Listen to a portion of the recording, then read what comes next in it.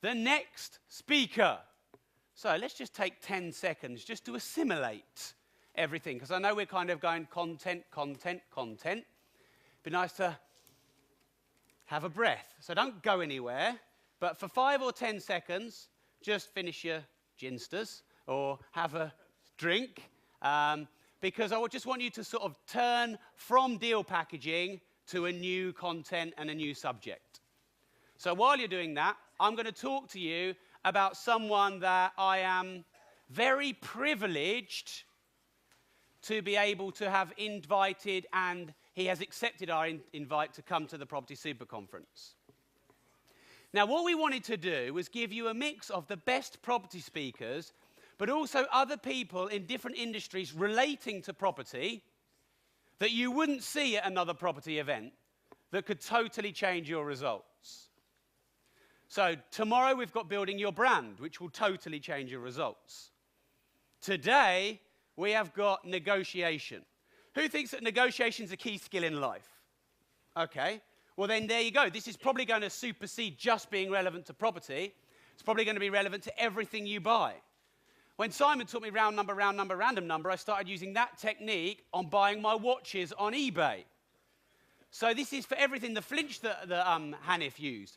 We use it all the time with anything we buy. Mark uses it when he buys cars, anything. So this transcends just property. But what we're going to do is, I'm going to have Simon Hazeldie come and talk to you about bare knuckle negotiation. So he's stripping away all the fluff and he's giving you the bare knuckle negotiation tricks. And then I'm going to join him for the last 10 minutes. We're going to have a bit of fun and we're going to do some property stuff and maybe a role play or two as well. Now, I actually read Simon's book before I met Simon. And I read his book, or he's got 3 books. I read them all, and I was like, I would love to meet this guy, though I wouldn't like to negotiate with him. I mean, it's bad enough having to negotiate with Lord Sugar, and then I've got to negotiate with the bare-knuckle negotiator as well. So, you know, but at the same time, those books blew me away, and I thought, I have to meet this guy. I spent a lot of time chasing him. He's all the way around the world. He was in Iran, speaking in Iran not too long ago. He's all the way around the world talking about negotiation to, like, hundreds of countries, okay? So I'm very privileged and honored to see him here, and you will not see him at another property event. I can guarantee that. He'll probably be flying off to some other country. He is a world-renowned, not just UK, a world-renowned negotiation expert. He's very expensive. And I did try and negotiate with him, and I didn't get anywhere. He's written 3 best-selling books, all on advanced negotiation and customer service and his bare-knuckle brand. And this bare-knuckle brand is like a global brand. And I think he's the best-kept secret in the property market, because when you know what he's teaching you, it's going to make you more money. Who'd like to make just 5 grand more per deal? You put your hand up before I even said it. Nice one. Okay, so just 5 grand more per deal across 20 deals. I mean, if you're not going to buy his books, I just think, you know, you just don't quite get it yet. Okay, so without further fluff and waffle from me, I'm going to leave Simon on the stage for an hour. The big, tough, hard, bare-knuckle negotiator himself, Simon Hazeldie.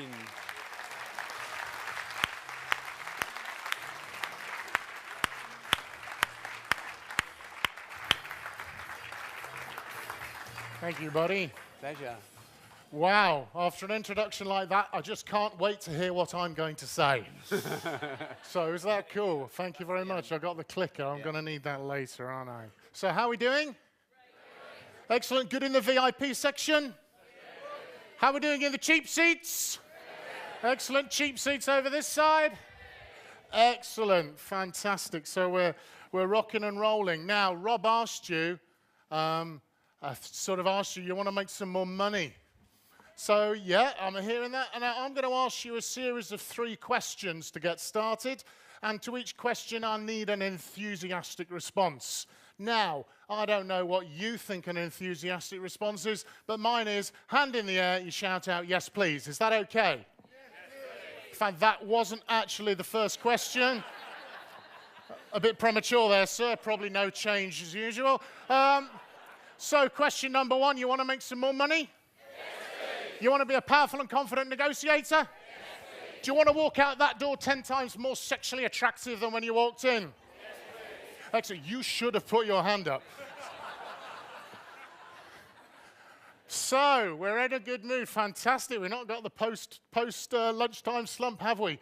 Right. Let me give you a bit of brutal truth. You can guess from something like bare knuckle. I tend to kind of keep it pretty simple, yeah? By the way, people sometimes say, and someone asked me outside, where did this bare knuckle thing come from? Well, many, many, many years ago, I used to practice the martial arts. I was sort of an armchair martial artist now. I've got a kick bag in the garage that I keep in there. I don't practice formally anymore, but I'd done about 3 years' worth of traditional Japanese karate, and I thought, I'm a bit of a dude. So an opportunity came up to do some work on doors, so being a doorman, being a bouncer. I thought, hey, no worries. So the first time there was some sort of difficult confrontation, a really serious confrontation, I thought, I know exactly what to do. I've done this in the gym 1,000 times. I'll do my famous left foot feint to draw his attention, and then I'll do a spinning roundhouse. That's how I got the big scar all the way on my chin when he shoved a stool in my face. So as I'm lying on my back in the hospital having my chin put back together, I thought, that didn't work. So what was born from that was my philosophy that said, I really need to find out what works in real life in the street. So that's what bare knuckles about. So it's definitely not about punching people in deals. That was, by the way, that's anyone who thinks it is, not a good idea. Not going to help. Now, let me give you some brutal truth. In this business, it's the same as any other business. If you're not good at negotiation, you are going to get taken out by people who are. Okay? You're going to get taken out. You're going to get taken advantage of. They're going to have you. Okay? That's the brutal truth. You've got to be good at negotiation, because if you're not, someone else is going to have the advantage over you. And it is a vital life and business skill. On the 17th of August this year, I am pleased to say I'll be celebrating my 20th wedding anniversary. And that's partially due to my ability, I think, to negotiate. My wife, Karen, has this principle. She thinks that lawns should be mown in a diagonal manner. And I think you just mow lawns any way you like. So we've negotiated a solution. She mows the lawn. Okay, so that's kind of the way it works. And a lot of the guys in the room are going, I need this book. Yeah. So it is a vital life skill. It's about getting more of what you want out of life. Now, anyone know about this guy? You heard of this guy? Life isn't fair, says Bill Gates. That's what Bill Gates said to a group of high school children in a speech. 12 rules for life. Rule 1, life isn't fair, get used to it. Now, I'm looking out at this you guys at the Property Super Conference, and I can tell, I've met several of you, and I can tell you're well-brought-up human beings, good mothers and fathers bringing you up. Trouble is, everything you've been taught by your mum and dad about being a good kid and being a responsible member of society is probably the opposite to what you need to know to be a good negotiator. Let me try these out for you. Play fair, be nice, share, take it in turns. That seems what I say to my son, my 14-year-old. By the way, serious word of warning. People in the room with obnoxious teenage children. Okay, quite a few of you. Just be careful not to use these principles when you're bringing your children up, the things I'm going to share. Because children learn by a process of osmosis, and they learn and they model and copy their parents. So I have a stroppy 14-year-old with attitude who can negotiate. So just be really, really careful. But life is not fair. I said that to Tom. I said my 14-year-old. I've been saying it to him since he's been growing up. So, you know what kids are like, that's not fair. Hey, mate, life isn't fair. Get used to it. Is that a horrible thing for a father to say? Or is that the truth? I said to him one time, what do you think the advantage might be, Tom, of life not being fair? And he thought for a moment and he went, I could get more than someone else. I said, my friend, you've got it in one. So that's what it's about, yeah? It's not necessarily fair. Now, got to be a bit careful here, because I've been a bit, in case we've got any speakers coming in who are going to talk to you about attracting money by increasing your level of deservability. Anyone heard these sort of things? You only get it, to some degree, I agree. You know, your wealth thermostat is set. You only attract the wealth according to what you think you deserve. So let's say you think you deserve great success. You genuinely believe that. Is that going to happen? You've got to get it. Thank you very much. Chester Carras, American negotiation expert, says in business you don't get what you deserve, you get what you negotiate. You might deserve to do really well in your property business or in your other business, but you will only get what you negotiate. So negotiation, absolutely vital, vital skill. Now, skill. I use the word skill. Let me show you something. When I was doing my master's in psychology, I was studying people who performed at high levels. So I interviewed people like gold medal winning Olympic athletes, very successful business people, and also a fascinating guy in the special forces who you can imagine for specific reasons I can't mention. He shared this framework with me. He said success, this is a special forces framework. They said success, the winner's triangle, is a combination of attitude, skills, and knowledge. I thought, I quite like that, sort of buy that. I spend a bit of time working as a motivational speaker. Attitude, skills, knowledge, that works for me. He said, Simon, out of 100%, how much do you think success is down to attitude? Good question. How much of success out of 100% is down to attitude? Shout out, please. 90?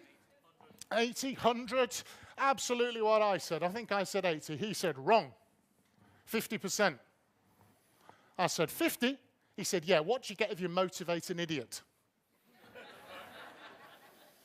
You get a motivated idiot. Show of hands. Now, I want an honest show of hands here. Who watches the X Factor? Okay, yeah, the rest of you. Like it's the most popular program on television. No, I don't. You're lying. So, the X Factor is proof that attitude alone is not enough. Nor is, by the way, nor is delusional self-belief. Just because your mum says you're the next best thing since sliced bread, it doesn't mean you are. You need to be able to have the skills and the knowledge.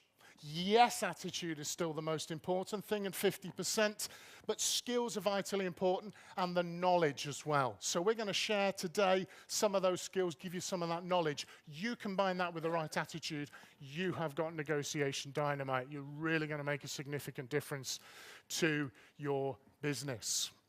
Now, I work and consult with all sorts of organizations around the world, and here's what I find most of the time. People going into negotiations, they do a little bit of planning and preparing, maybe have a quick think, maybe nothing at all. They rush straight into the negotiation. They do a bit of selling, and then they do a whole lot of negotiation. If that was a model made out of children's building blocks, that'd be pretty unstable, wouldn't it? Now, I firmly believe, and I have research evidence to kind of prove this, that up to 80 to 90% of your success as a negotiator is down to the planning and preparation that you do. 80 to 90% of your success as a negotiator is down to the planning and preparing you do. So where we want to get to is more like this. A firm foundation of planning and preparing, some good selling or persuading, because you've got to persuade them to do the deal with you in the first place, and then limiting the negotiation as much as possible, because that can be where it gets expensive. Okay, so that's what, and by the way, I know the objection that is going through some of your minds.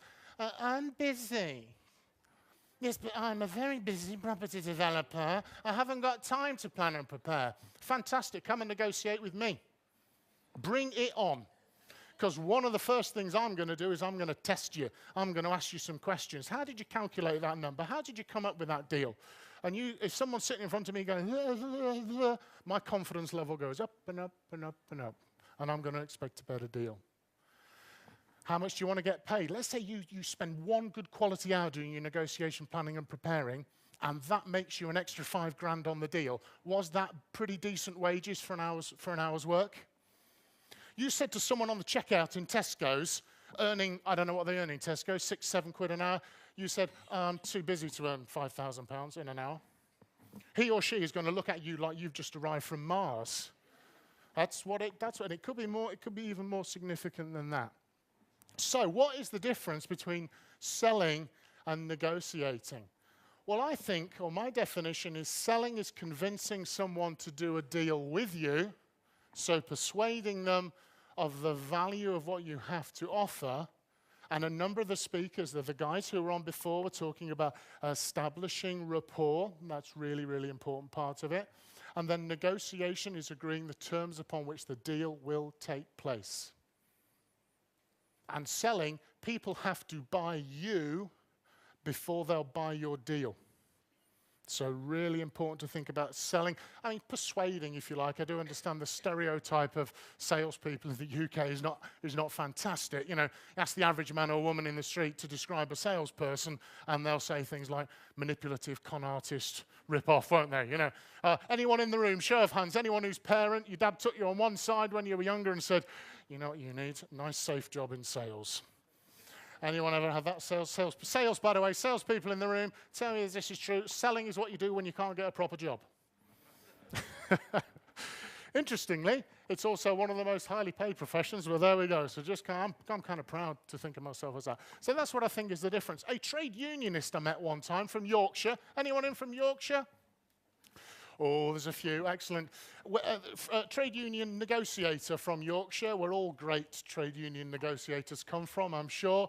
He said negotiation is like, and he was using the example of the tussles between the union and management, as he described it. He said, management's come in through one door of the room. We come in through the other. He said, negotiation is about deciding whose door we're going to finish closer to what they want or closer to what we want. Does that kind of work for you? I thought that's quite cool, actually. I thought, I like that example. That's why it's on the slide. That's where I get most of the material from. So I extended his metaphor to say, if that's negotiation, selling is convincing them to come in the room with you in the first place. The room is a good place to be. So let's look at it now. I think I've already heard the phrase win-win mentioned several times. So I'm looking out at a room, full of win-win negotiators. Is that right? Okay, I'm just interested, just checking you out. So win-win, what's win-win? Like 50-50 share? That's what your mum and dad said, share. Play nicely, share. Is that win-win? Is it? As long as they come out with a deal that they think is good, the percentage split is debatable, isn't it? I can't speak too much about this because we're still under sort of confidentiality. I'm about to strike a deal where I will retain 10% of the profit out of a particular thing we're launching, and the other person's going to get 90. And you're looking at me going, okay, time for a break. The guy's hopeless. Except when I tell you that potentially I'm going to get exposure for one of my products to a database of about 10 million people, what's that going to do for my profile? It ain't about the profit sometimes, you know. It just depends on what the deal is. I do believe in win-win negotiation. I also definitely believe in win-lose negotiation. In fact, I love win-lose negotiation. It just depends on the circumstances, doesn't it? So we can think about collaborative win-win negotiation, long-term relationships, for example. So let's say with your friendly local estate agent that you want to have ongoing deals with, if you tuck them up, if you absolutely shaft them, how many more deals are they going to feed you? Like as in the answer's 0, yeah? So you've got to keep, for example, if it's a long-term relationship, there has to be enough skin in the game for the two people. Win-lose is brilliant for one-off transactions, like buying a car, or as I'll share with you later, buying double glazing.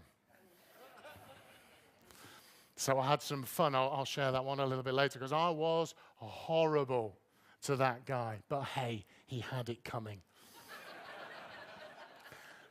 The danger of win-lose, the danger is there's no motivation for them to deliver their part of the bargain. So you've got to think it through. There's no right or wrongs. There's just choices and consequences. Let me repeat that. There's no wrong negotiation style. There's just choices and consequences. And I kind of liken it that if it's really cold and snowy out there, I wear one sort of jacket. And if the sun's shining, I wear a different sort of jacket. It's just different styles, different jackets for different occasions. But yeah, there's nothing wrong with win-lose, providing you're okay with it morally. I'm really clear on my personal values. And you know, if you don't like them, here's some more I've got. So I just very, very firm on that. It's how you choose. It's nothing inappropriate. So there are 5 stages that we can usefully think of when we think about negotiation. There's the prepare and plan stage. That's kind of where, in Simon Hazeldie parlance, we get our shit together. Okay, that's stage 1. Step 2, we will go into a discussion stage where we want to ask questions to gather information. Huge failing in so many negotiations is people want to talk about their stuff, get across their point, dominate proceedings without listening to the other person. If you want motivated sellers, you want to buy below market value, you have got to understand what motivates them. So ask good questions and listen to the answer rather than talking all the time about your kind of stuff. Has anyone had a salesperson selling at you? Yeah, it's really annoying, isn't it? When they have no idea whether you're interested at all in it. You know, I remember going to, you know, when the big TVs came out a few years ago, I had a normal TV, and I went, hang on, they've got bigger, and I quite like watching my movies. My TV broke down. I walked into Dixon's or Curry's. I'm on information gathering mode. The salesman was in close as fast as possible mode. He didn't get the business. Find out what someone wants, and then you can help them to get it.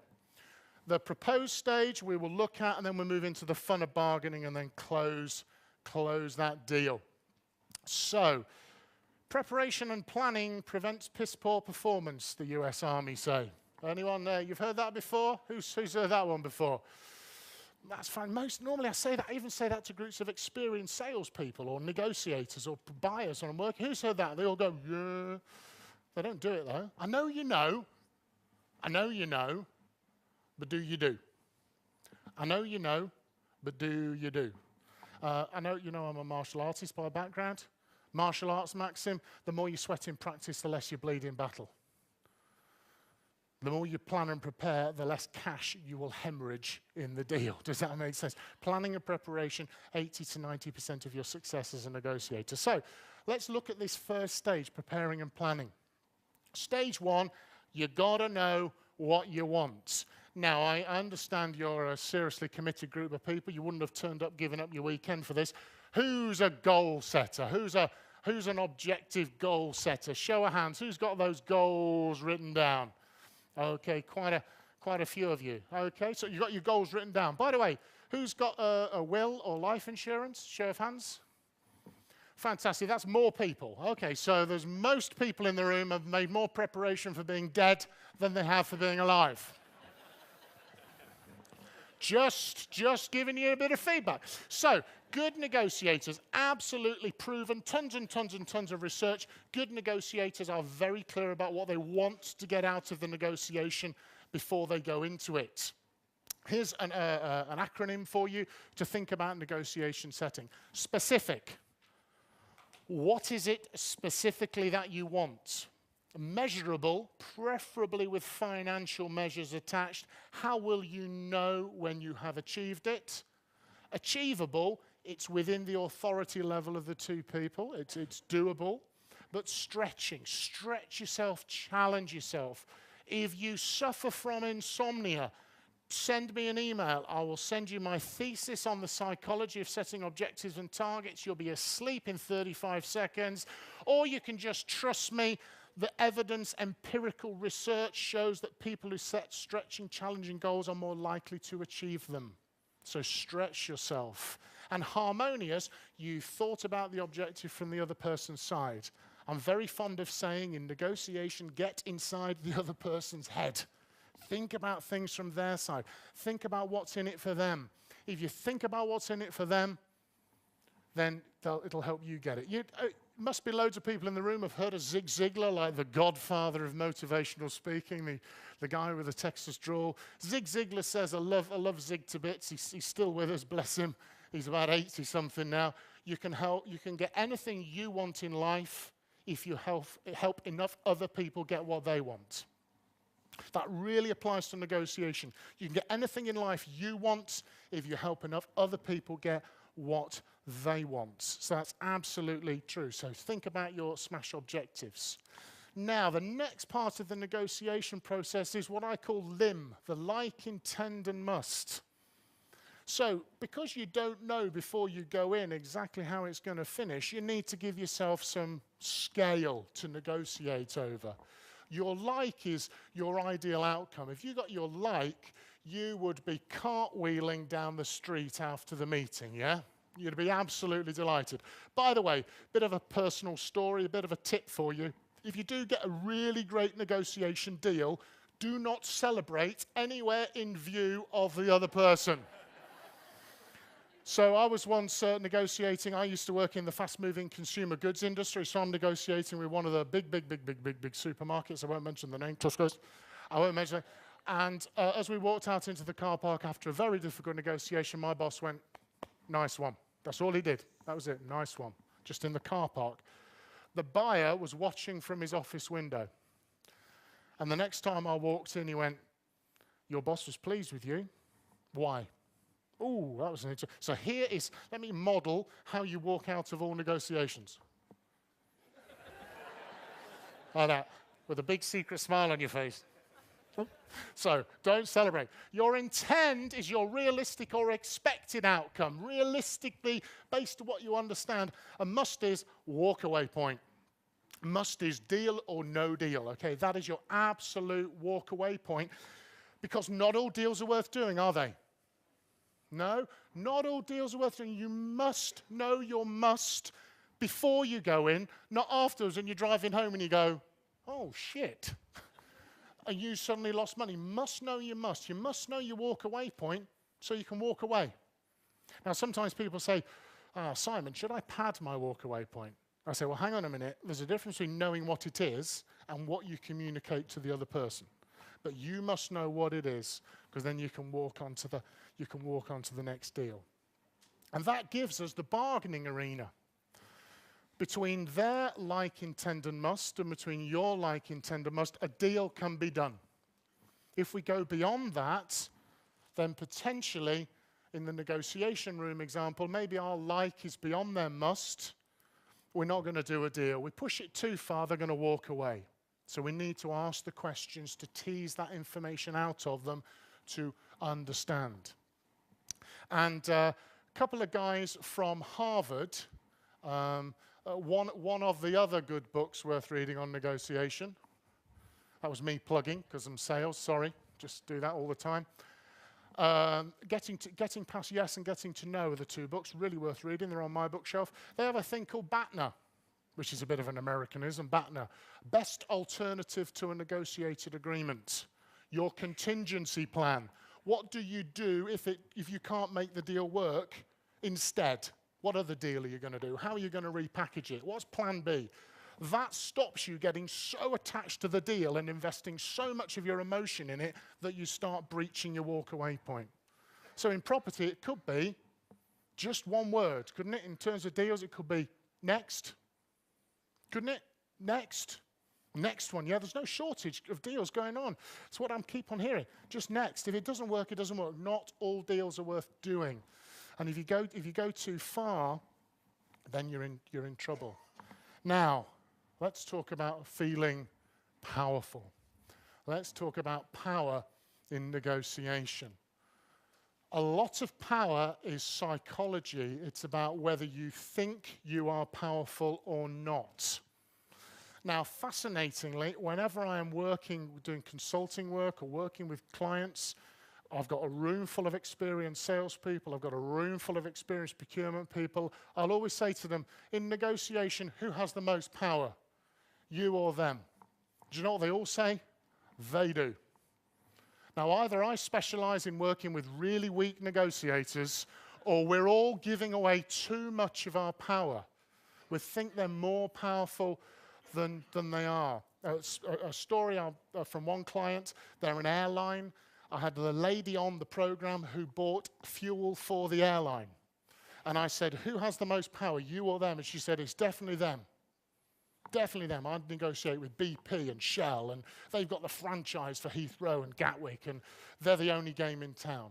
So I said, okay, we spent 2 days, 3 days working with their team. At the end of it, I asked her the same question. She said, yeah, I still think they do, Simon. But you know what? I think I've been giving them too much power. Sent me an email the next day. She said, I dug my feet in on a deal. I saved £2,000. I emailed her back and said, cool, keep going. And she emailed me back and went, oh, chill out, relax, it's only £2,000. I said, how many times do you do that deal? She said, at least once a day. I said, okay then. Just keep doing it, because I reckon you're on track to save £500,000. What's changed? Has she changed? No. Has BP, Shell changed? No. Has the situation changed? The only thing that's changed is inside here, and it's made a difference of £500,000 on the bottom line to the business. The only thing that changed is the psychology in here. So I will talk to you a little bit later about some ways to... sorry, I was going to say I'm going to teach you some ways to intimidate other people and manipulate them. Sorry, I mean, be aware of things that might be done to you. Sorry, just checking. Yes, of course, we wouldn't want to do that. So let's look at how we can make ourselves feel more powerful. This is a framework that says our state, and state is the summary of how we are thinking and feeling, affects our performance, which affects our results. Yeah, so you know the expression, he or she is in a bit of a state, was kind of a negative. You'll notice that elite athletes, the weightlifters, will be in one sort of state to lift the weights, and the people doing the shooting will be in another different state. You've got to be in the appropriate state of mind for the activity you're doing. Anyone try to do something like thread a needle when you're in a rage? Or you're trying to turn your laptop on and it's updated the virus thing and it's taken ever and you're going, it's not a good time, is it? So we've got to be in the appropriate state because that affects our results. Now, what I thought would be quite good fun would be to do a little experiment. Now, this is, according to psychologists, the 10 most common human fears. The one that fascinates me is that speaking in front of a large group is number 1 and dying is number 7. So that means when you go to a funeral, more people would rather be dead and in the coffin than giving the eulogy from the front of the so that's kind of crazy. But this gave me an idea. I thought, hey, large audience. What we're going to do is get a volunteer to come up on here and tell us in 2 minutes the key things they've learned from all the speakers so far. And then what we do, so if you're here, you'll be sort of here. I will need a microphone in a second. If you're not, your job is to mark them out of 10 for passion and just amazing experience, yeah? And so that's what we'll do, and we'll take a straw poll. Now, I tried this last week at a conference, and it was a complete and total failure because I didn't get a volunteer. So, while you were having your lunch, I volunteered one of you. Now, I came in here, and I put a yellow Post-it note under one of the chairs at random. I can't remember whether it's in the VIP section or the cheap seats. Have a look, stand up under your chair. If it says it's you, please come and join me on stage.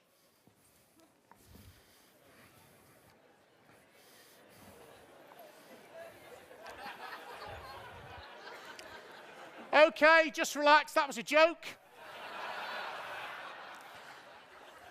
That's woken you up, hasn't it?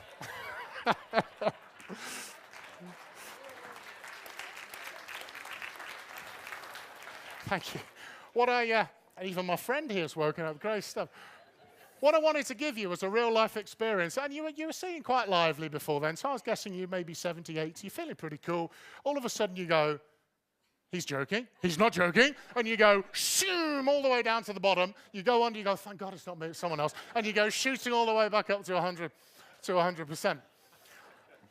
But that I just initiated a change of your state. So that therefore says if I can do it, you can do it, you can do it to yourself. How we change our state is what we focus on and how we use our physiology. So we need to do these things so we're in a really good state when we go into the negotiation. So focus, visual. 99.9% of gold medal winning Olympic athletes mentally rehearsed. They visually prepare. They imagine in their minds winning, succeeding. Now, interestingly, the research shows that it's even more effective for cognitive thinking tasks than it is for physical tasks. So make a picture of shaking hands, agreeing the deal. Get that positive in your minds. Secondly, sounds and dialogue. Any hands up, who talks to themselves? Show of hands. Quite a few people. Those of you that didn't, put your hand up. It's that little voice that went, I'm not saying that in the front of the room. So we nearly all do. Most of us think in pictures, words, and feelings. So what we say to ourselves affects us. Athletes who say faster, faster, faster, run faster than control groups who don't. Famous experiment. They split people into two groups. One group spent an hour in a focus group talking about old age and infirmity and illness. And the second group were talking about youth and vigor. That wasn't the experiment. The experiment was they filmed them walking down the corridor. And people who'd been in the group where all the words were about old age walked 17% slower than the people in the youthful group. This is a British thing, by the way, to the Brits in the room. This is us to a T.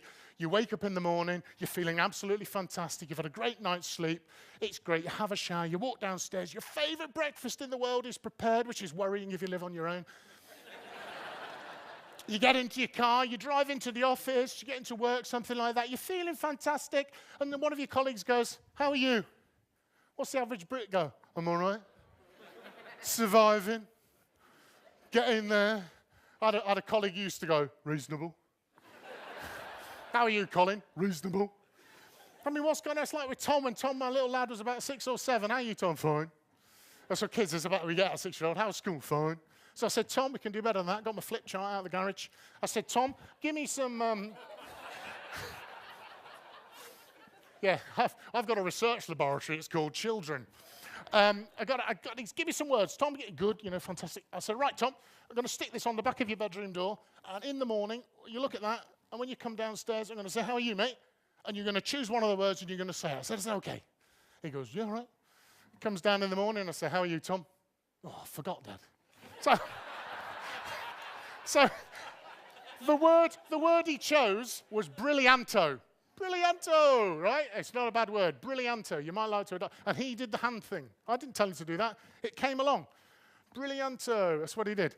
I go to parents' evening about a year after we started this. Brillianto. And the teacher goes, Mr. Hazeldie, I have to say, your son has a very, very positive attitude. I said, yes, I've been brainwashing him for 12 months.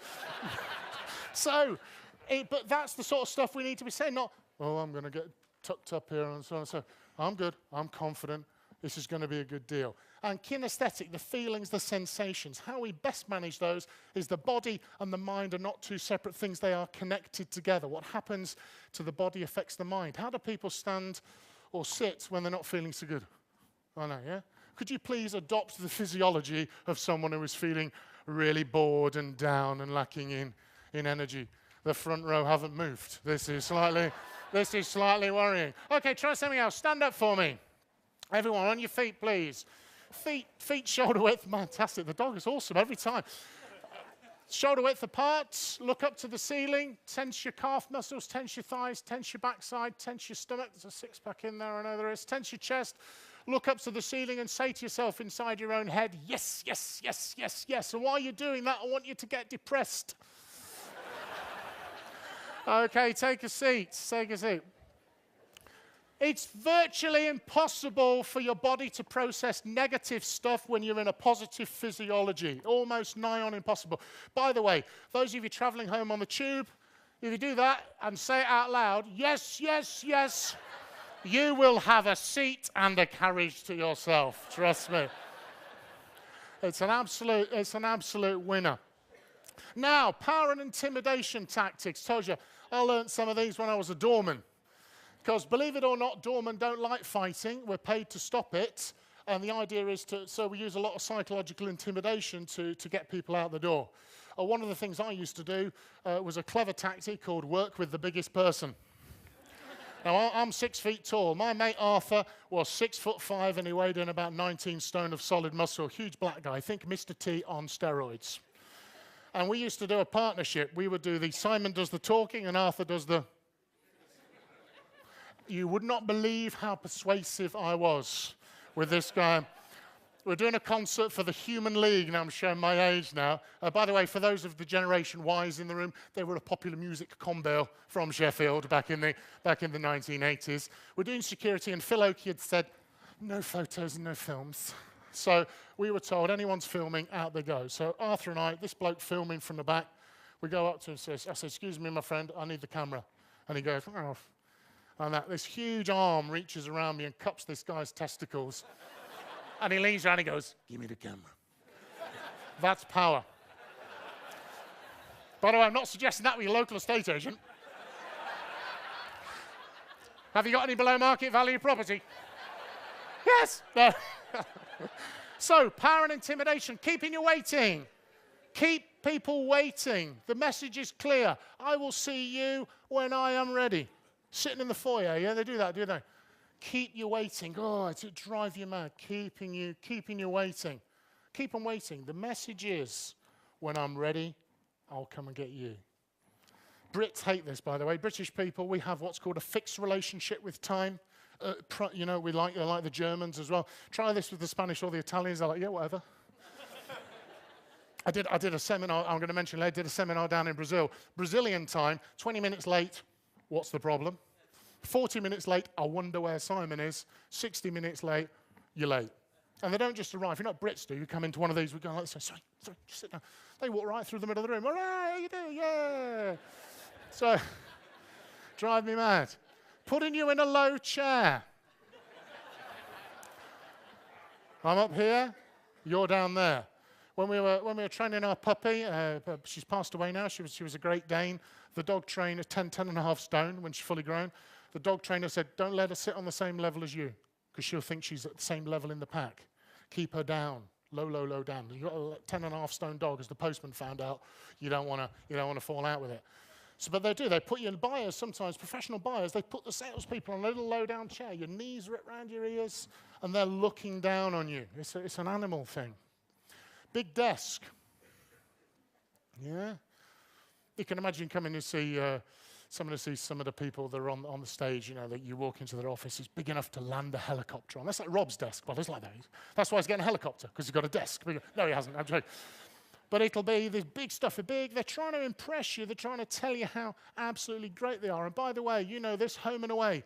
Do Chelsea do better when they're playing here or when they're playing away?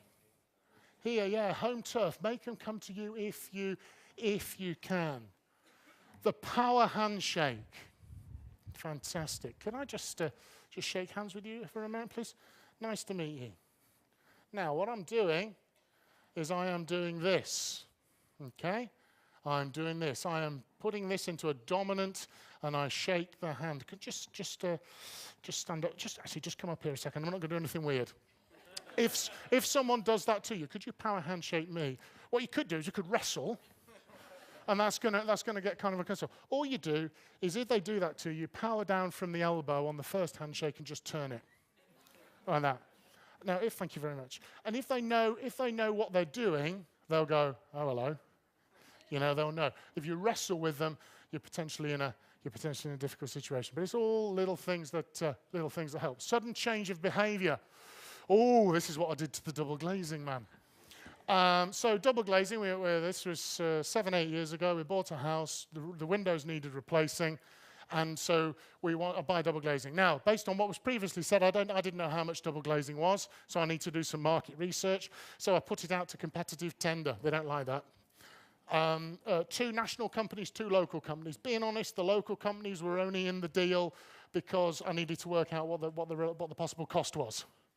But it did mean I had to sit through lots of double glazing presentations. So this bloke comes in, knocks on the front door. He'd made an appointment. Oh, by the way, the canvasser, about a week before, knocks on the door and sort of goes, well, they normally do. They get told to. And they went, we're from England, whatever, double glazing. I said, excellent. Can we make an appointment? And they kind of went, you are? So this guy turns up, comes in through the front door, does this. And stands up, does this for about a minute. This is, look, I'm establishing rapport by showing how much I care about your house. So we then have the feature and benefit presentation of the window, which wasn't very good, I have to be honest. I gave him a bit of feedback later. And then he said, I'm just going to go measure. He gets my little son, who was little at the time, to hold the other end of the tape measure, establish report. Goes around the house. And then he comes into our lounge. Tom is now upstairs playing on his PlayStation because I know what I'm about to do and I don't want him to see it. I'm sitting with my lovely lady next to me, and Pete, the double glazing man, is sitting on the other settee, and he goes, Mr. and Mrs. Hazeldie, by the way, lovely house. A lovely house. I've costed everything, and based on the house of your size, because you're having everything done, he said, that's going to be £24,000. And then he looked at me. I was then about to do the flinch that's already been mentioned. I was pre-flinch. And he went, however, if you agree to be a show home for us in the area, because you do have a lovely property, and you're able to sign up tonight, because this is a tonight-only deal, I can do that for £12,000. Okay, he's trying to do a contrast. And he's trying to do what's called a price anchor, where you anchor the price. I did a sudden change of behavior, which is designed to flood the primitive part of the human brain with adrenaline. I all of a sudden stood up and went, stop figuring me out! Literally stood up. He's sitting down. He goes white. I walked over to my bookcase. I went, you see these? I wrote them. You need to read them. And either you give me a sensible price or you go off now.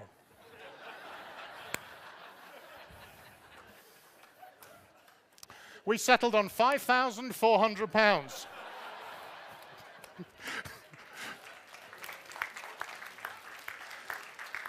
And I made him come back the next day to sign up. Just on a point of principle. This is a very, very horrible tactic. My wife, bless her, she often says, can't you just be nice?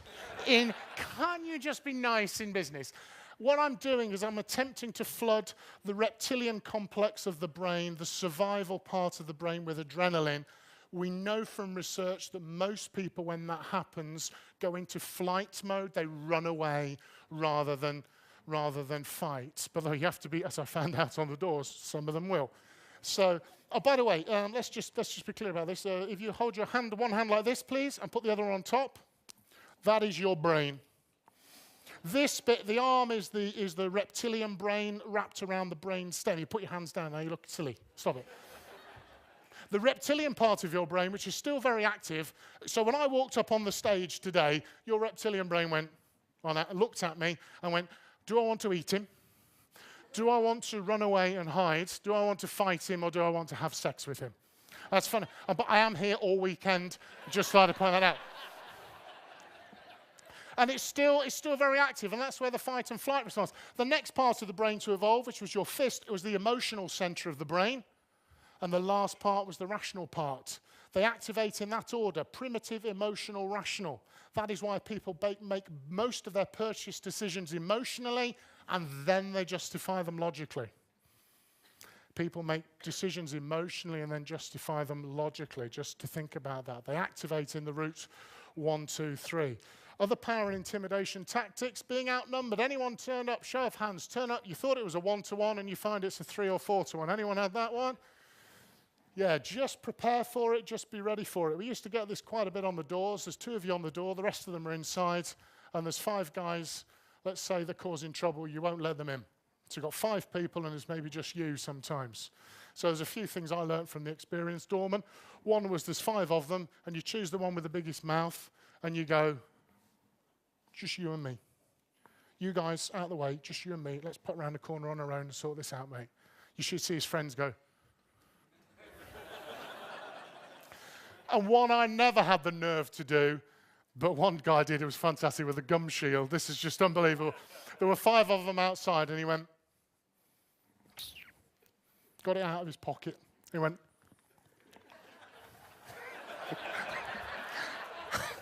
I never had the nerve, I've got to be honest. The other one that's quite subtle is taking control. Take a seat. Take a seat. Take a seat. Downward voice inflection is a command. Upward voice inflection is a question. Take a seat. What I'd like to discuss first is this, and then this. Taking subtle control. You're exerting your dominance over the other person. So we need to do a realistic assessment of where the power is and not get carried away. Now, we need to think about shopping lists. What do they want from the negotiation? What do they want and what do we want? Get inside their head. Think about it from there. Do they need to move fast? If so, why? Where do they need to get to? Where do they need the money? How fast do they need the money? What do they need the money for? Find out what's on their shopping list and think about what's on yours, because then we're going to trade later. So think about your shopping lists. The discuss stage. This is where we ask questions to discover what's going on. If you're dealing with a business, the primary need of a business is profit. Let's say you're dealing with your local friendly estate agent. The more they sell, the more houses they sell, the more sales they make, the higher the volume, the higher the margin. That's how they make their money. But what do they need? What are their specific needs? What do they need specifically? Maybe it's viewings. What can you help them out with that will get you through? And then their personal needs. Quick crash course in personal needs. All human beings are into approval. Show of hands, who's bought a watch more than 20 quid? Who's bought a watch for more than 20 pounds? Why? Are they expensive where you live or something? The purpose of a watch is to tell the time, isn't it? So what have you got your tag or whatever it is on? I mean, I bought mine because it's a reliable investment for the future. Yeah, right. Human being, I've been in the car park. Approval need high, yeah? Control, people like to be in control and they're going to think they're going to be safe and survive. So think about those are all fundamental human needs. So get as much information as you can. This stage is probably going to take 80% of the negotiation time. Ask those questions. Good behavior. Listen more, talk less. Clarify understanding. Reward their flexibility. If they say, well, perhaps we could shave another 1% off. Don't say you're going to have to do better than that. Say, thank you. That's not what I was looking for, but I appreciate the gesture. Be constructive and summarize. The person who summarizes the most will have the most control. So if I understand you correctly, what you're saying is this. Lots and lots of summary, please. Here's the bad stuff. Point scoring. So I'm right, yeah? I'm right. I learned at a very early age. Happily married or be right. Choose. Arguing to win. Let them. A guy who was my negotiation mentor for a while, a guy called Philippe, he says, Simon, this is a great thing. I want to write this down. One of the best things I learned. Simon, let them win. You keep the money. Let them win. You keep the money. So they're like, I tucked up that Simon Hazeldie. And I'm driving home going, no, the 50K in the bank. Allow them to win the ego battle. The proposed stage is where we've talked to understand, and this is when you start to go to your proposal. Could we do this? Perhaps we should talk about that. A little signal to say, you're over here, I'm over here, shall we dance? And then we're into the bargain stage of the negotiation, where we're actually trading price, margins, cost, timescales, etc. And we trade variable factors, money being one. How quickly you can do the deal being another. Very important for motivated buyers, yes? How quickly. Who covers what costs? All the different variable factors. We trade backwards and forwards from one to the other. And maybe on some, you get a really good deal on one part of the deal, but you compensate them with a part of the deal somewhere else. That makes sense. It's the overall package that is important. So manage the overall value of the total deal. Now, when my wife's mum was still with us, my wife took her to buy a new car. And the importance of planning and preparation, the plan was for my wife and her mum to choose the car, and I was then brought in to do the negotiation. That's the plan. So I'm working in my office, the phone goes, it's my wife, Karen, she goes, we're in the garage. I said, I know you are. You're looking at cars. No, we're about to buy one. I said, hang on, darling. I thought the plan was, and she said, yeah, but my mum really, really likes this one. It's the only one they've got left in that colour. And scarcity, yeah, scarcity tactic, you've heard of that before. And she said, give me a negotiation course now. I said, okay, so firstly, do they know you want the car? And she went, yeah, that's not good, is it? I said, no. I said, two things, darling. Trade small boxes for big boxes and use conditional proposals. If you do this, then I will do that. Let me explain. look for things that are low cost to them, but are high value to you. Things that will cost them less or very little, and things that are high value to you. So, you know, in this car case, warranty and servicing doesn't cost what they charge, but it's pretty high value to an elderly lady from a peace of mind point of view. So look for things, and vice versa. Trade things that are low cost to you. Like, you could move quickly. You've got the money, you could move quickly.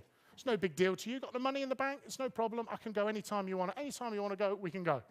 So try that one out. And then this one, the magic negotiation formula. If you do this, then I will do that. If you do this, then I will do that. Try it the other way around. Go on, then I'll buy the car, but you've got to throw that in. You've just told him you're going to buy the car. If you do this, if you agree to this, then I will do that. If you only remember those 4 words, that will help with your negotiation ability.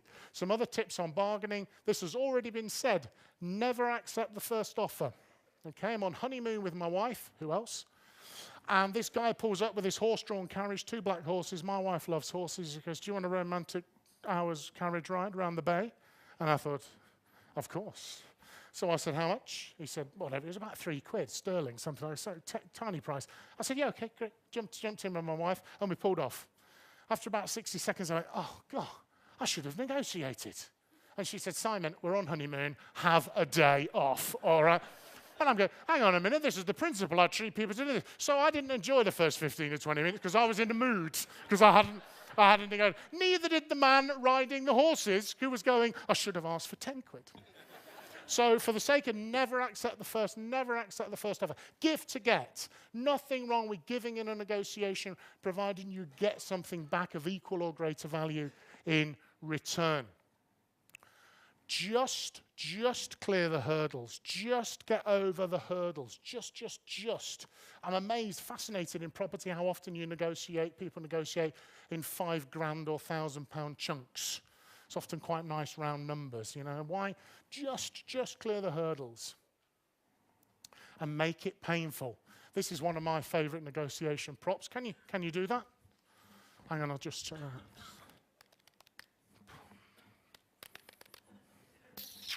I'm just typing at random, but it just looks like I'm being absolutely considered.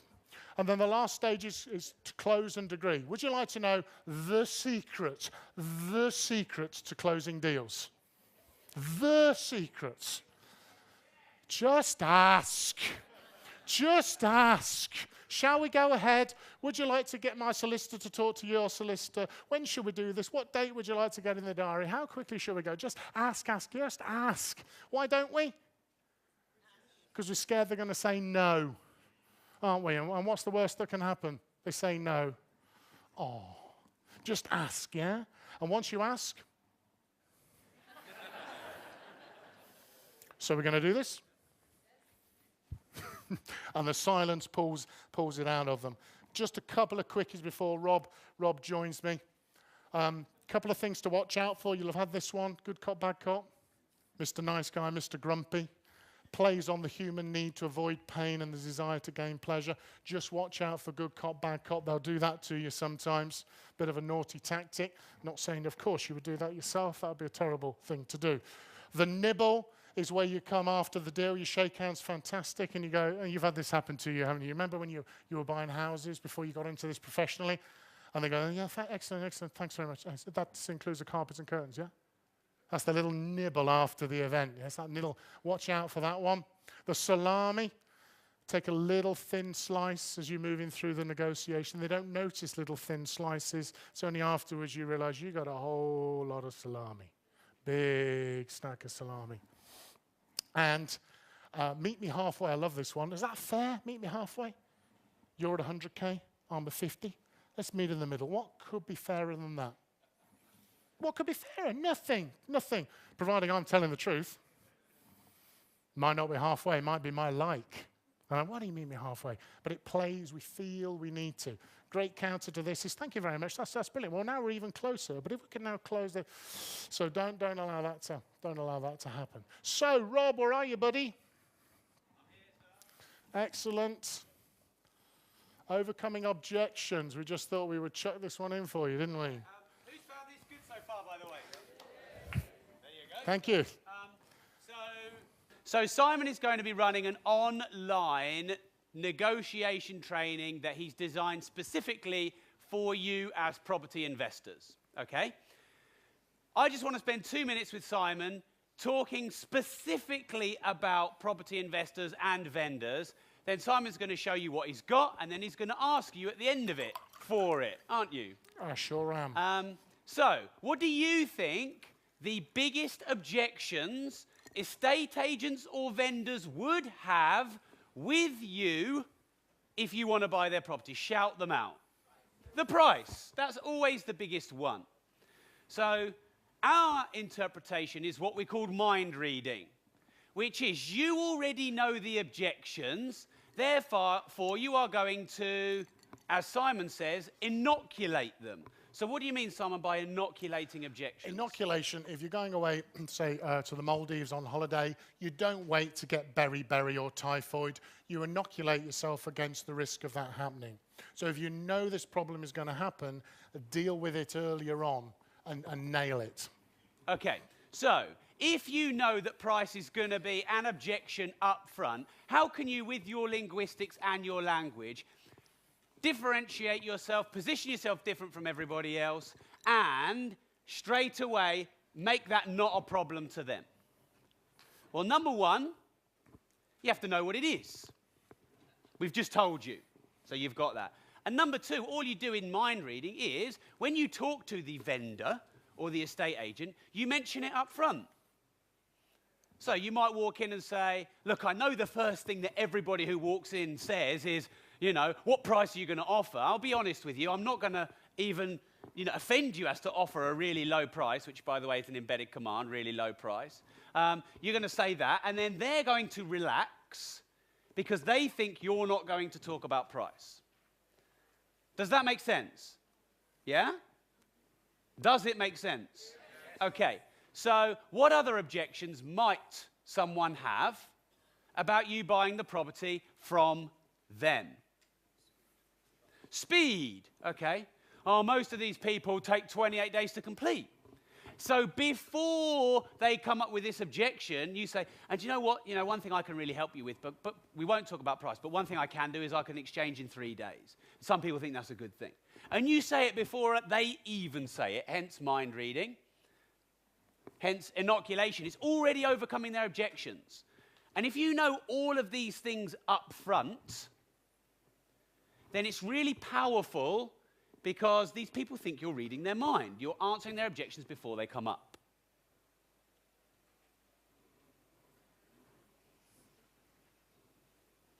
Okay, and it's because... Can we play a role play? Yeah. Okay. By the way, Simon doesn't really know what we're doing at this point. But you know what? I think he is the best person in the world to beat me at this. Okay? The best. So, Simon. Rob. I am actually a bit nervous. I've never done this with a world negotiation expert. Okay, so I have a phrase which can overcome any objection whatsoever, period. One single phrase. Simon can throw me any objection he wants. Anyone can throw me... I actually am nervous now. What if it's not? Okay. Any objection, and with 3 words... And by the way, some of this stuff is what Simon has taught me and through reading his books. With 3 words, I am going to overcome every single one. And it's called a reframe, and I'm using a piece of language which kind of makes it difficult for Simon to object. So, this is what we're going to do. Okay. Okay. You're going to be the vendor, okay? I'm the person who's trying to buy the house from you. So you're trying to buy my house, and you're literally just going to say, I want to buy, you know, I'm going to say, I want to buy your house, and you're going to say, you can't because, and you're just going to throw objections. I'm going to overcome it, and then you're going to throw them out. Okay? Does that make sense? Because here's the thing, you will be in a situation where you will be, we're talking about price, we're talking about money, we're doing the deal, oh shit, what am I going to do? Okay, well, some of you, not you, but some of you. So if you can be in that place where you've just got a key phrase, and yes, I did nearly fall off my stool, that you can use as a stock answer every time, it totally relaxes you and puts you in that right place. So, Simon, we're going to start. I would like to buy your house. I'm not interested because it's on at 100,000 and I know what you're going to do. You're just going to try to offer me some stupid price. Okay. And it's because you think I'm going to offer you a stupid price that it would sound stupid. But if I could offer a price to you that sounded all right, maybe we could do a deal. So, Simon, I'd like to buy your house. Yeah, but you're just another one of these bloody property developers. You've been on these training courses, haven't you? You've been to this property super conference. It only works for you if you absolutely screw me into the ground. Yeah? And it's because I've been on these training courses that I actually know lots of solutions, and it's not just about price. And I could maybe offer you a deal where I could pay you the price you want to pay, but maybe we extend the terms. So, Simon, I'd like to buy your house. Well, I've got lots of other people coming around. There's a guy coming around tomorrow. He tells me he pays top market value. Yeah, and it's because you've got all these other people that it's probably quite hard to make a decision, because too many options, you can get confused. Whereas if you just take the one option that works for you, then you could probably do the deal you want. So, Simon, I'd like to buy your house. I'd like to sell it to you, but I'm slightly worried about my credibility as a negotiator now.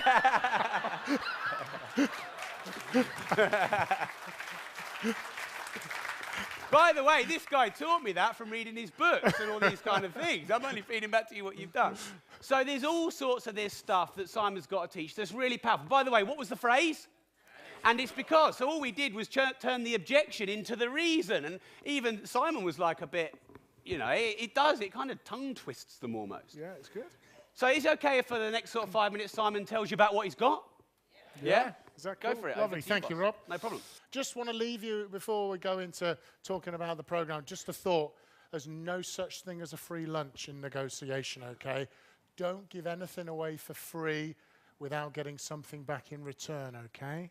Don't give anything away for free without getting something back. So if you make a concession to the vendor, to the estate agent, to the JV partner, make sure you get something back in return, then you build a good reputation as a negotiator. No free lunches, okay? Definitely not. And just if you want to connect on LinkedIn or Facebook, it'd be great if you connect on Facebook, because I'm really beating Tom, my 14-year-old's number of friends. And it really annoys him when your dad. Imagine you're 14, your dad's got more Facebook friends than you have. So if you can't negotiate, if you aren't a powerful negotiator, you are going to get taken out by people who can, okay? You're going to lose money. You are going to lose deals. Do you accept that? Is that the truth? You don't get what you deserve. Remember, you get what you negotiate. So what I have done in conjunction with Rob is this is a once-only exclusive that we're doing this. My diary is like a bit of a road traffic accident at the moment. So we've managed to get some dates in. We're going to run it as a webinar, so you can dial in from wherever you are. You don't have to travel up down the motorway. So 6 sessions paced out, and you're going to get a whole ton of other stuff. Each session will have powerful principles for you to apply. You'll get a full set of supporting materials, scripts, templates, etc., to embed the learning and to help the learning so you can take away and use it absolutely straight away. Here's what you're going to get. What the professionals do before, during, and after every single negotiation to make the deal work. There's 4 specific types of questions you must ask if you want to succeed in negotiation. How to stimulate people to want to take action. What is it that makes people want to do deals? And then I'm going to go way beyond the usual matching and mirroring body language around looking at some skills. Take this to a whole different level with you. How you make people like you. All business is done through people. And the other thing, another thing, you might want to write this down. Lots of business decisions are made for personal reasons and then justified for business reasons. So that personal relationship stuff is really important. I'm a master practitioner and trainer of NLP as well as a qualified hypnotist. I use a lot of hypnosis in my persuasion process. I'm going to teach you one word that gets people to do things you want them to do. Sex? Nearly. I do not queue in airports because of this word. The lies, you all have been told a pack of lies about negotiation. We're going to tell you the truth and how to choose the right style. I'm not just talking win, lose. I'm going to teach you 7 different negotiation styles to adopt depending upon the situation, so you'll be able to use the right one every single time. The 4 types of negotiator you'll meet and how to adapt and switch your behavior to meet those 4 negotiators. A whole gamut of power tactics you can use if you feel comfortable. how to give almost nothing away and get lots in return, and the negotiation behaviors that make the difference between success and failure. So an absolute ton of content. We're going to be busy on the 6 sessions. How to deal with money objections, how to deal with you'll have to do better than that. I'm sure you've come across that. I'm going to give you the series of questions that I've got from some of the most powerful negotiators on the planet, the specific ones, and how to protect yourself against the dirty tricks you will encounter. Not everybody in business is nice. Not everybody does business in a nice way. You have to be able to protect yourself. You will also receive a personality questionnaire that'll tell you your inbuilt personality, preferences, and how that will be good or bad depending on what they are. And to measure yourself against the very best people, another questionnaire. And then step-by-step templates, including my own personal negotiation planning template. I don't often release this because this is one of my secrets of success. I've built it up over the years, dealing with lots of people. You'll get a copy. And when you finish the 6 weeks, you will know exactly how to negotiate like a powerful professional negotiator. You're going to walk into negotiations feeling powerful and confident, and you'll know exactly how to negotiate better deals and make more money. Does that sound like good stuff? Yeah. Fantastic. As well, you are going to get the 7 Secrets of Highly Persuasive People. That is my product, downloadable. It's on the internet now, selling. You can check it out, $47, so about 27 quid. A live recording where I take you through the negotiation tactics, spill some beans. You are going to get lifetime access to a membership site. We will record all the webinars. We will load them up there. We will pull off the MP3 files, the audio, so you can watch them, listen to them, however you want to do it. Advanced negotiation blueprint bundle. That's the strategy maps, tactics, scripts, and frameworks to handle any negotiation. So if you're in a win-lose negotiation, it's going to take you, hold your hand, take you step by step through whatever.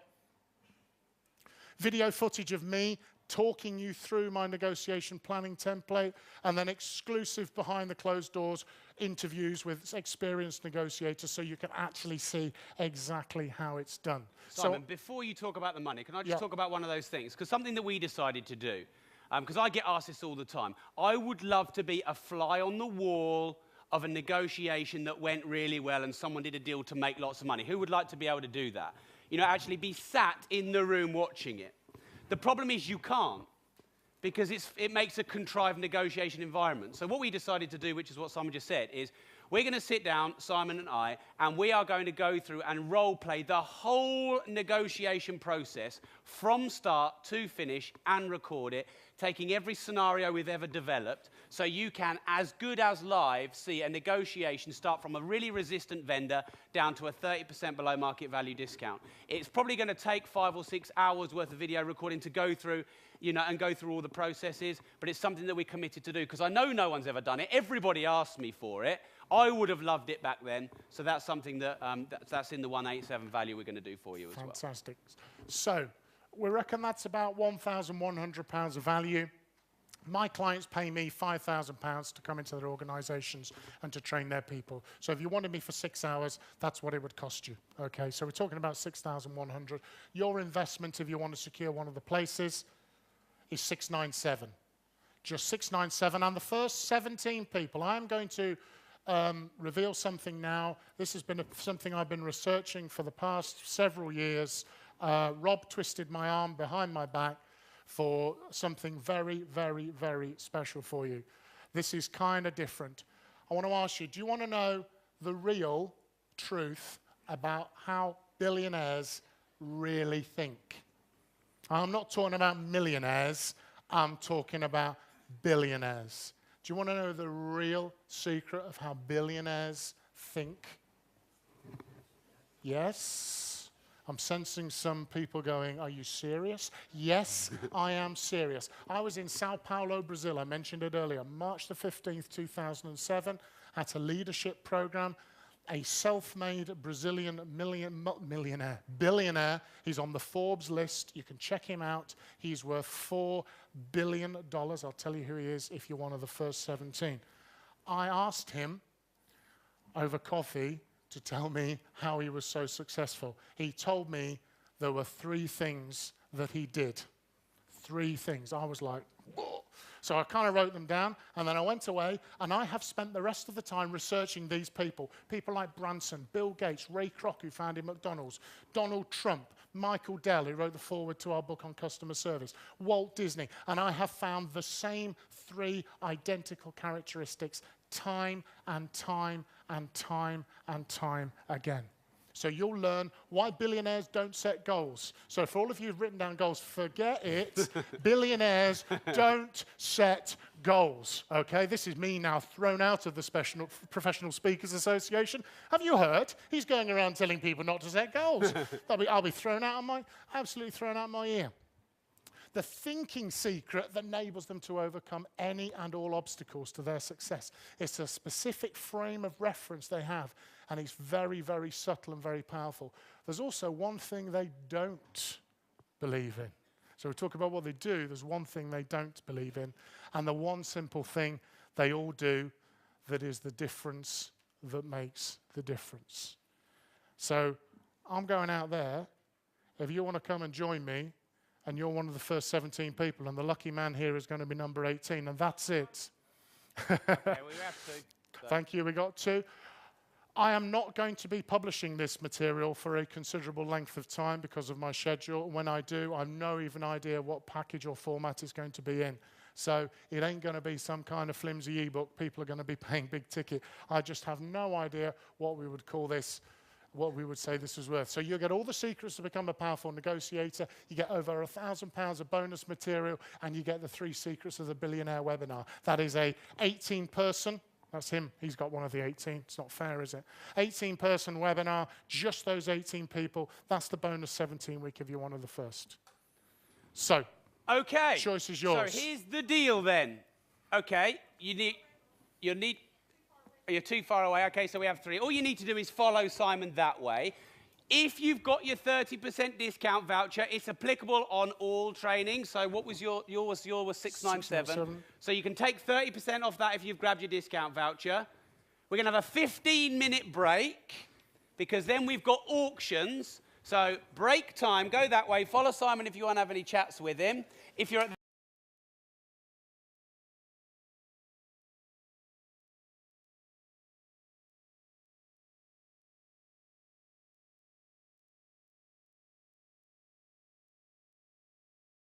the next speaker. So let's just take 10 seconds just to assimilate everything, because I know we're kind of going content, content, content. Be nice to have a breath. So don't go anywhere, but for 5 or 10 seconds, just finish your ginsters or have a drink, because I just want you to sort of turn from deal packaging to a new content and a new subject. So while you're doing that, I'm going to talk to you about someone that I am very privileged to be able to have invited, and he has accepted our invite to come to the Property Super Conference.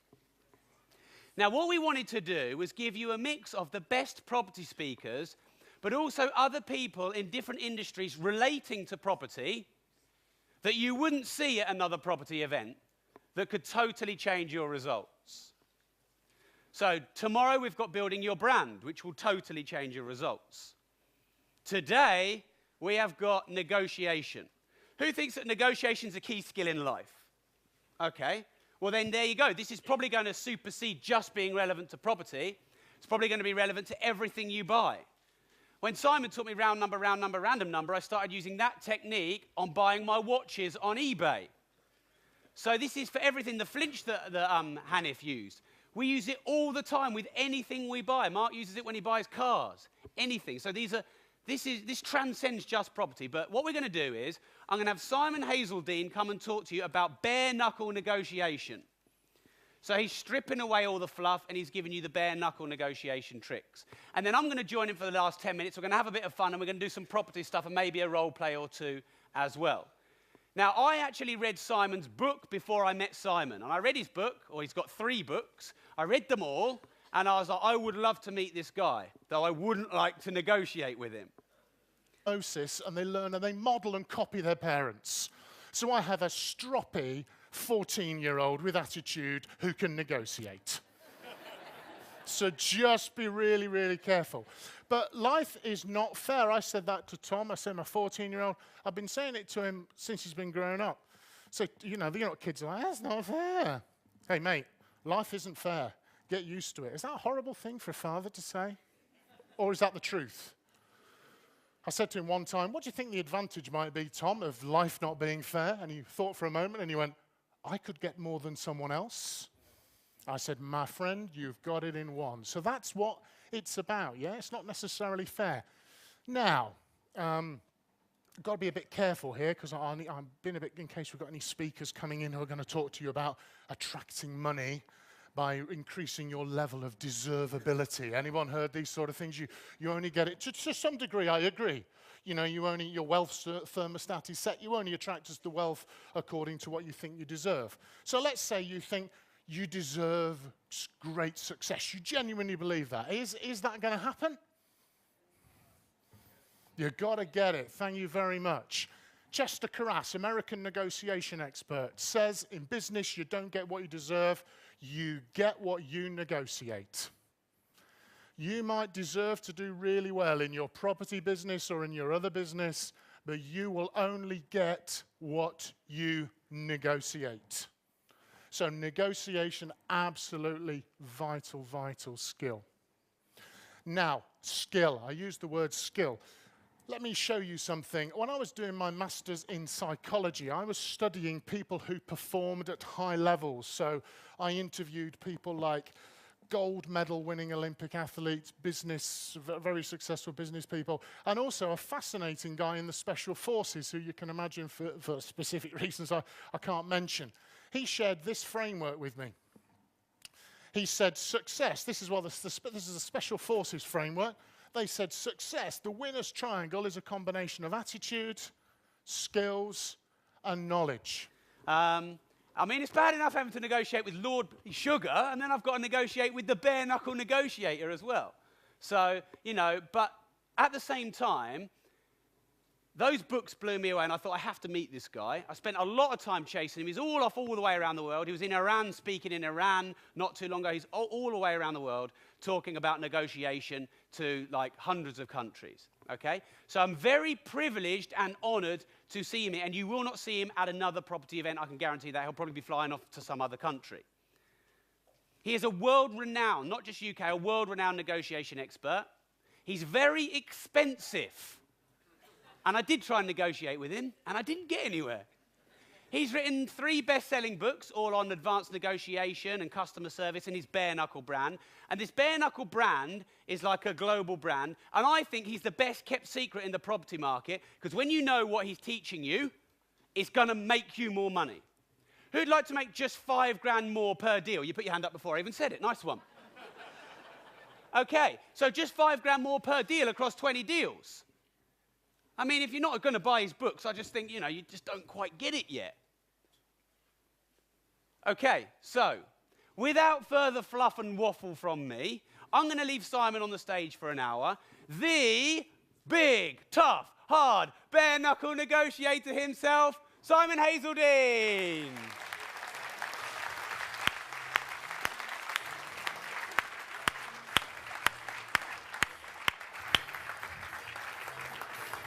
Thank you, buddy. Pleasure. Wow, after an introduction like that, I just can't wait to hear what I'm going to say. So is that cool? Thank you very much. I got the clicker. I'm going to need that later, aren't I? So how are we doing? Excellent. Good in the VIP section? How are we doing in the cheap seats? Excellent. Cheap seats over this side? Excellent. Fantastic. So we're rocking and rolling. Now, Rob asked you, I sort of asked you want to make some more money. So, yeah, I'm hearing that. And I'm going to ask you a series of 3 questions to get started. And to each question, I need an enthusiastic response. Now, I don't know what you think an enthusiastic response is, but mine is, hand in the air, you shout out, yes, please. Is that okay? Yes, please. In fact, that wasn't actually the first question.